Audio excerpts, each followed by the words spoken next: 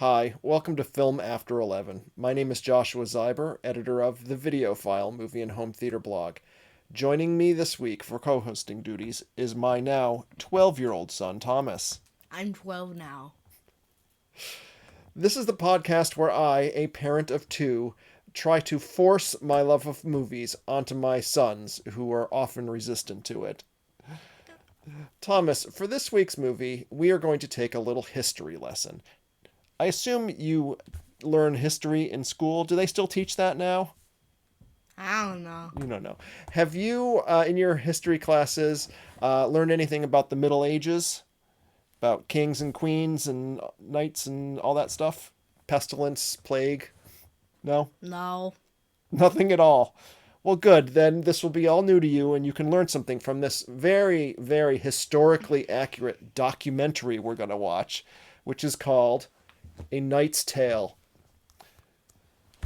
So, Thomas, this is a movie I've seen a bunch of times. It's one of your mother's favorite movies, in fact, because at the time this was released, she was completely in love with the dreamy lead star, Heath Ledger.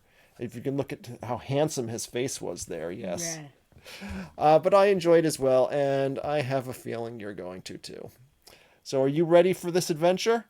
Okay. Then let's charge right into it.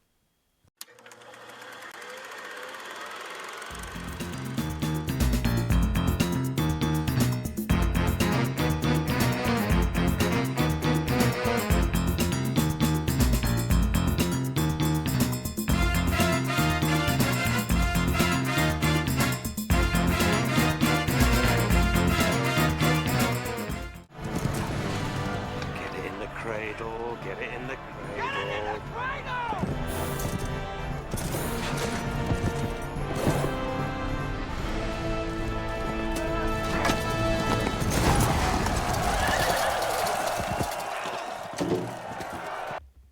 And we're back from watching A Knight's Tale.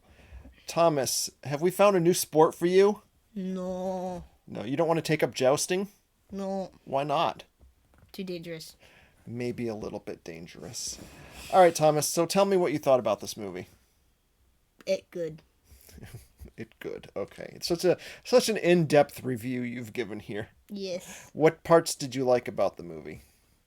I liked the jousting and the soundtracks. Okay. But you don't want to take up jousting. No. Okay. I'll watch it though. Okay. So tell me what you noted about the soundtrack to the movie, because the movie does have a very good soundtrack.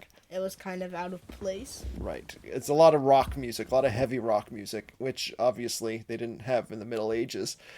This movie is famous for its historical inaccuracies, which were done deliberately. There are anachronisms or things that don't belong in the time period depicted.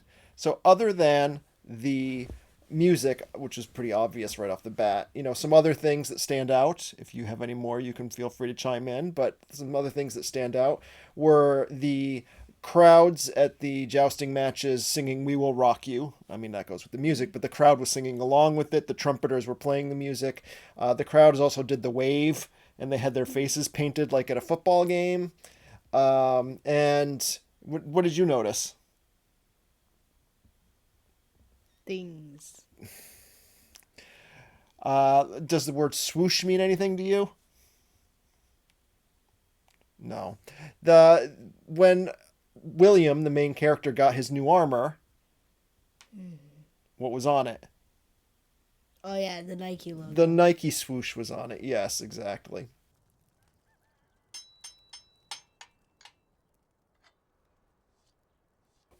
Thomas, as you enjoyed the movie, it sounds like, yes? Mm-hmm. The jousting matches were pretty brutal, yeah? Yeah. They're very, very dangerous, as you said, very violent. And it strikes me when watching it, especially in this viewing, just how stupid the sport of jousting is. Like, who thought of this? Who thought this was a good idea? It's pretty crazy. Literally. Just get on horses with big sticks and, like, ram them into each other and hope you don't die. I mean... It's entertaining though. Yeah, but, I guess back in those days they were short of entertainment options, so they didn't have television or the internet, so they just figured, let's take a big stick and kill each other.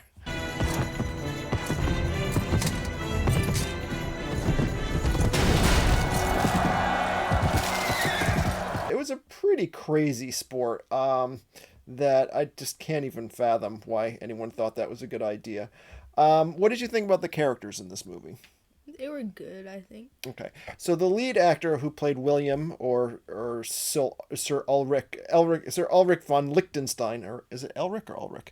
Um, his name was Heath Ledger, and as I mentioned at the start of this episode, he was very dreamy. Your mother was a big fan of his. Um, he was, he was a good. Did you like him in the role? Yeah. Yeah, he was a good leading man actor. Sadly, he died very young. Jocelyn, this day just gets better and better. Somebody die? Sir Ulrich von Liechtenstein. What? Did you recognize any of the other actors in the movie? No. No, you didn't recognize anyone? There's something very obvious I'm probably There's missing something right here. very obvious you're missing, because we watched a whole season of a TV show and a feature film that we reviewed on this podcast starring one of the supporting actors in this movie. Oh. Did you get it now? Yeah. Who was it? I don't remember his name. Well, you don't remember the character's name, but do you remember what you recognize him from? Yeah. So say it. The guy from Firefly. Yes, the actor's name is Alan Tudyk, and he played a character in this. I think his name was Watt, and yes, he's from Firefly and the movie Serenity, which we reviewed on this very podcast. And you have completely didn't recognize him. Did she give you a letter? Or a token?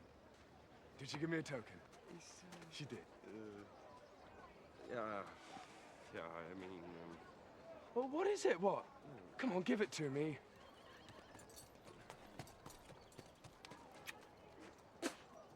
There are some other pretty famous actors in this as well. The main one being a guy named Paul Bettany, who played Geoffrey Chaucer, who was the writer who forged the documents for them and became William's hype man at the jousting matches.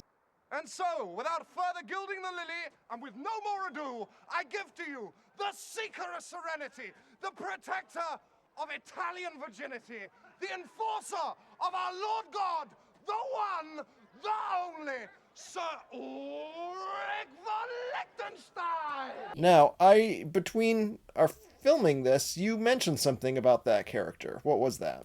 He was kind of annoying. You didn't like him? Huh.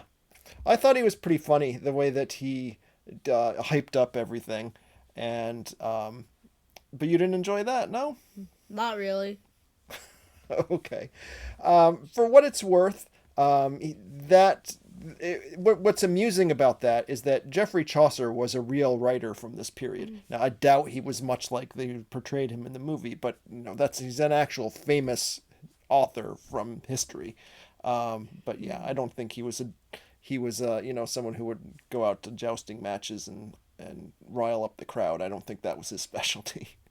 But that was kind of the joke, that they picked the name of a real person to do that. So while we were watching, I did notice you getting a little bit squirmy during the romancy parts. Was that a fair assessment? Yeah. So did you feel there was too much of that?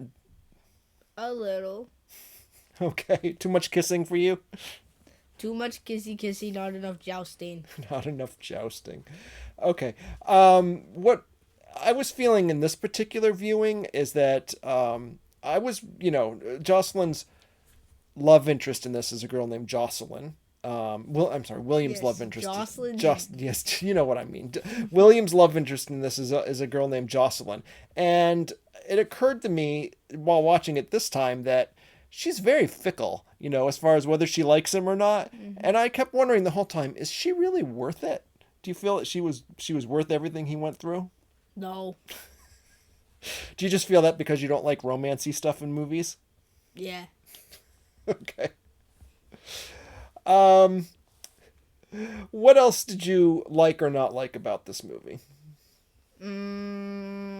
You found the jousting matches exciting, yes? Yeah. Did you find them at all confusing? Not really. Okay, so you always got, even though everyone was wearing a helmet with a facial Wow. covering, did you have trouble telling who was getting hit and who wasn't?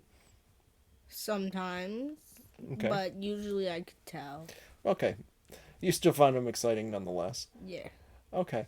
Did you, how did you feel? Well, I don't even know if this would have bothered you, but, or if it even is something to be bothered by, but this movie indulges in a lot of very common sports movie cliches and tropes, and I think it's poking fun of them in some cases. And I was feeling that, geez, I wish you had been the one who we watched The Karate Kid with, but that was your brother, unfortunately. But there's a lot of, sports movie tropes in this. Like, the main character doesn't really know the sport. He has to learn it, and he comes up, and then there's a bully he has to fight against, and then they go to the championship at the end, and the hero finally wins it all in the end. So this movie followed that formula very closely, but I think in a fun way, yeah? Yeah. Okay. Did you have anything else anything else you didn't like in the movie? Not really. Okay. Was it a little long for you? Yeah, it was a little long. Yeah, it's about 2 hours and 12 minutes, as I recall. So I know you like your movies real short. Yeah. Okay. You have been weighed, you have been measured, and you have been found wanting. On our rating scale for this podcast, of a W to an L, where does this land for you? W. W. Okay, so I picked a good one then. Yeah. All right. Good. See, sometimes you need to trust me. Then maybe I'm going to pick stuff that you'll like. Maybe. I'll never trust you. Okay. Well, as we wrap things up, I think we need to give a little shout out to our friend Josiah, who helped us to pick the new title for this podcast. It had previously been Film at 11, and he was the one who came up with the idea of Film After 11, because we had been toying with, well, do we call it Film at 12 and then have to change it every year? Yeah, thank you, Josiah, for coming up with Film After 11, which I think fits very well.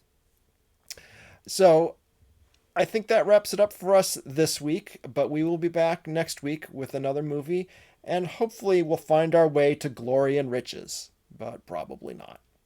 Bye. Bye.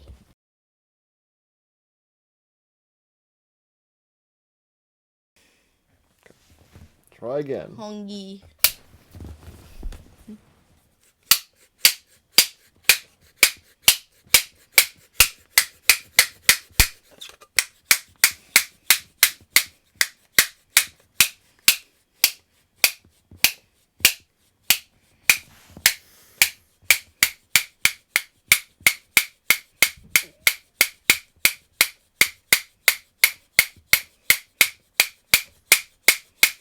How long is this going to go on for?